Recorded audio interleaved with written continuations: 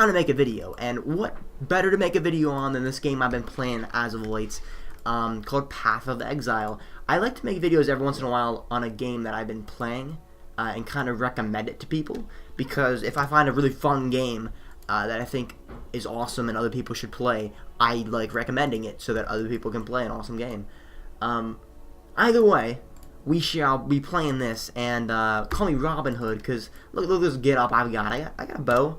Now, I'm more of like an armored archer because I wear this armor, which I don't think archers really are known for wearing armor, but you know, that's what we do in this game. So we're going to go teleport in. Now, basically what this game is if you've ever played Diablo, I played a lot of Diablo 2 a long time ago, so that kind of thing would be, if you're familiar with Diablo, then you should be pretty aware of what this game's all about. And the best thing about it is that it's free to play. It's also not a pay to win kind of free to play game. It is a free to play game that you can essentially only get cosmetic items for actual real world money. So it's got a pretty fair model as far as free to play games go, and it's pretty awesome. It's a really good, graphically good game for a free to play title. Although as of late you see a lot of free to play games with pretty impressive graphics. But anyway, this one looks pretty nice. I do like it a lot. It's one of those games that like is like a bunch of loot popping out of chests, and you're really just like looking for the next good item you got. Like for instance, this thing right here. I don't even know. I think I got pretty lucky finding that. Where'd it go? Glacial hammer? Oh, there we go. Okay, so it's actually not a weapon. It's just an ability. And what you can do with these things, these little gems, is that you can effectively, this is how those skills work in the game. Whenever you level up, you get passive points that there's like a huge amount of, like, look at this. Look at this. There's so many things. Anyway, those are the passives, and those really don't do anything other than just give you passive increases in a lot of things. Like that gives me a lot better bow damage and stuff. Anyway, but you get your spells by actually getting these gems and then putting them on gear. So there's, from what I know, there's blue ones, red ones, and green ones. And you have to have the color socket on the piece of armor to equip it, or it can also go on weapons. Like for instance, I have ice shots on my bow, and I got puncture on my good old gloves, and I got cleave on there, but I don't even use that. So like I press Q, and I have it on Q, so that's ice shot. I actually need to hit something with it to actually show you. My W is puncture shot. So you get the idea. I'm gonna shoot my ice shot at this dude. Oh wow, I'm just terrible. Anyway. Yeah, as you can see, it's a little bit like you have to aim and everything, so it's not like super, it's not just like you automatically hit things in this game. Also, I think you have a percentage to hit rate, so you're not 100% guaranteed to always hit your target. In general, what we're trying to do right now is trying to proceed to, I believe, I'm not sure, well actually, this one is an optional quest that's telling me to travel to this cave, so we're going to go ahead and do this. And, comparative to a game, I'd honestly compare it to Skyrim in this regard, or any Elder Scrolls game.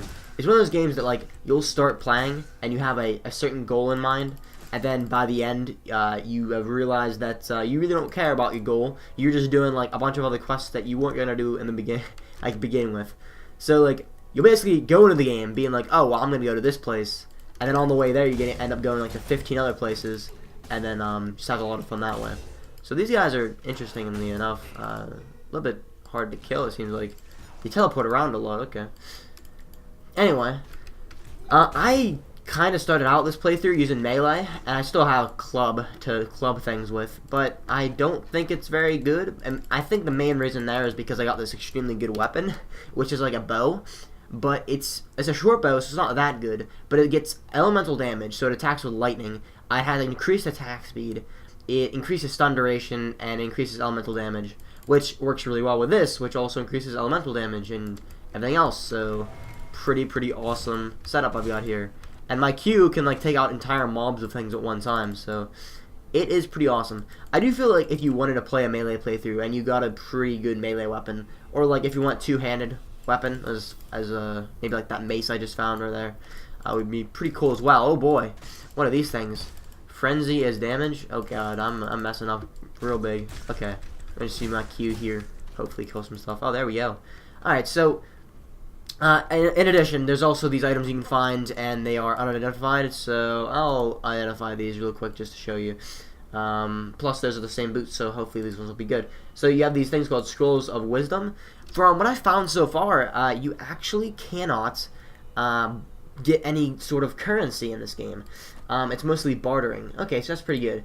Compared to those, I unidentified them with a Scroll of Wisdom, which you get from killing stuff, and also by selling items to the shop, you get shards of a Scroll of Wisdom, and then 5 of those. Whenever you sell stuff, you get a random kind of thing you can craft one of the other crafting items. If that makes any sense. Probably not. Like, for instance, if you deconstruct something like a rare item, I think you can get something like a shard of transmutation, and then like a lot of them would create 1 orb of transmutation, that sort of thing. So you don't actually get gold, you get like things to craft items and to upgrade items with, which is a pretty cool way to do it, because it's kind of like a realistic way when you think about it. Like, you know, bartering and stuff was probably pretty popular back in like times like these, although I'm not really sure what time period this game takes place in. I'm assuming it's like medieval or something around that time, because there's not guns in this game as far as I know.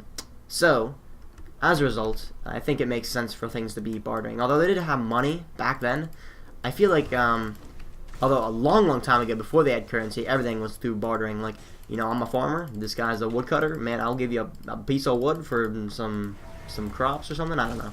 Not really sure how bartering worked, but anyway, we're gonna kill some stuff right here and open up this chest. Iron hats, not something we're really into right now. We are almost level 15, and I have this ring that I found for level 16, and it's gonna be pretty great once I can actually wear it. That's the cool thing about this game, though. Like, it's one of those games like where you find something really good, and then you basically work a long time to either get another item just as good or to actually wear the item that you found. And in my case, I'm trying to wear this one ring, but I can't wear it yet, so I'm just traveling around killing stuff right now. I'm not even doing the main story, apparently. I'm just doing the side stuff. So I've leveled up. I shall show you what's up with the leveling system, as long as I'm safe here. Yep. So, pretty much you start from one of these things, depending on what class or what character you start as. I started as the duelist, so you start with strength and dexterity. If I had to restart, I might just go with dexterity because I like bows a lot. But if I would restart, I'd probably go strength or intel so that I could try out a different kind of build. But as you go from these two branches, I kind of went this way, and then I converged on this way, and I found a bow, so I started just going ham with attack speed and then getting here, which is pretty cool. Like, a lot of these bigger ones give you a lot more bonuses. For instance, this one gives 12% attack speed, 20% accuracy rating, but then it removes all movement penalties from armor. Now, you will find that there are movement penalties to armor in this game. I'm getting some intel right here because I have a piece of equipment that I'd like to wear, but it costs like 10 intel to actually wear, so that increased my intel by 5. Pretty good. Also, by the way, whenever you look at the numbers right here, 2 intel equals 1 mana and 5 equals 1% energy shield. Now, I think why it's not giving me any energy sword at all is because I don't have one, but once I get that one helmet that's back in the base, which is pretty much your base of operations, the place I was at the beginning, that's pretty much like your main hub sort of area until I don't know when. I'm assuming for quite a while because I've seen like really high levels, like level 80s there. I'm not sure if they're just backtracking or that's actually like a big hub that you always go back to. I'm not really sure, but we shall find out. And I'm gonna clear these real quick. Got a buckler on the ground. Not too interested in that silken vest, to be honest. I might pick it up though, so I can deconstruct it and get some money off it. Or not money, but some good items. Alright, so every once in a while you can counter these big boss-like things. It's not a technical boss, it's just a mini boss. It'll look like things around the area, so like that thing looked like a bigger version of what I was just fighting. But they will have a lot of extra crazy things attached to them, like a bunch of status conditions and whatnot. I'd pick up the ring. Gonna get the life flask actually. The helmet seems pretty good there actually. I might get that. Although the helmet that I have back in my bank area thing is quite a bit better, so I think I'm gonna go with that one instead. And this thing right here is actually a life flask. These ones are medium. This ones are large, which I never had before, so I'm gonna unidentify that. 56% increased stun recovery. So you can even get, what's cool about this game is you can even get like upgraded versions of potions and whatnot, which is pretty awesome. Like, you know, this potion right here is a normal Quicksilver potion, which makes you run faster, but it also has 10 extra charges and immunity to ignite and everything else. So that is an enhanced version of that. So I'm assuming that's a dead person, and I'm stealing this. So I'm supposed to bring the All Flame to Fairgraves. Now that I think about it, I actually...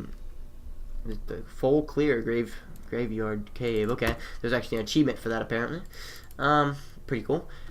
Now, I'm assuming what I do is I just leave this way and the guy's like right up here or something, but I did talk to some pirate dude and he wanted me to get him the All Flame, which I'm not sure why he wanted that, but he did. This is, yeah, that's like leaving the area, so I'm going to use a Quicksilver potion to move quick over here. The cool thing is, though, with that one passive that I have, it makes my armor not affect how fast I run, which you don't run that slow, but I feel like if you keep getting better and better armor that weighs more, you essentially will move slower. But with Gladiator, you don't.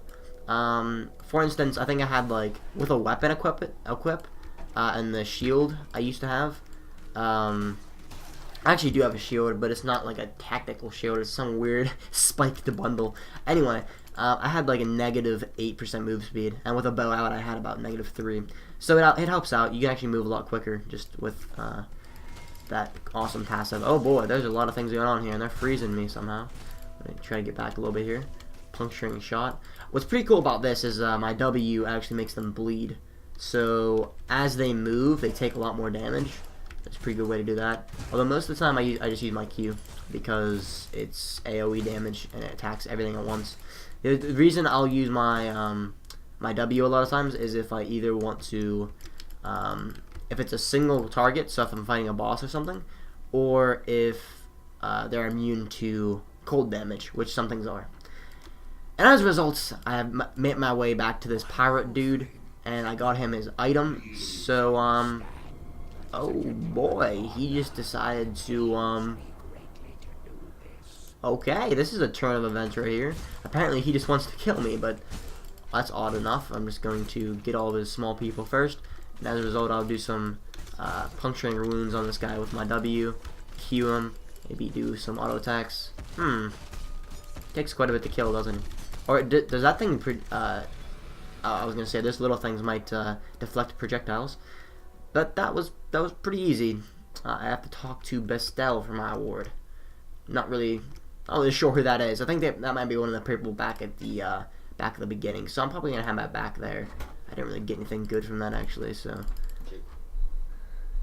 I'm recording a video, man. Yeah, it doesn't matter.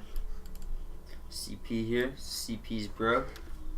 Welcome to another day with Archerman, Bowman. Yeah. Dungeons and Dragons. Dungeons and Dragons. You heard it first here. Sorry. It's close. It's Path of Exile. Anyway, Path of Exile. Until next time, I'll see you guys later.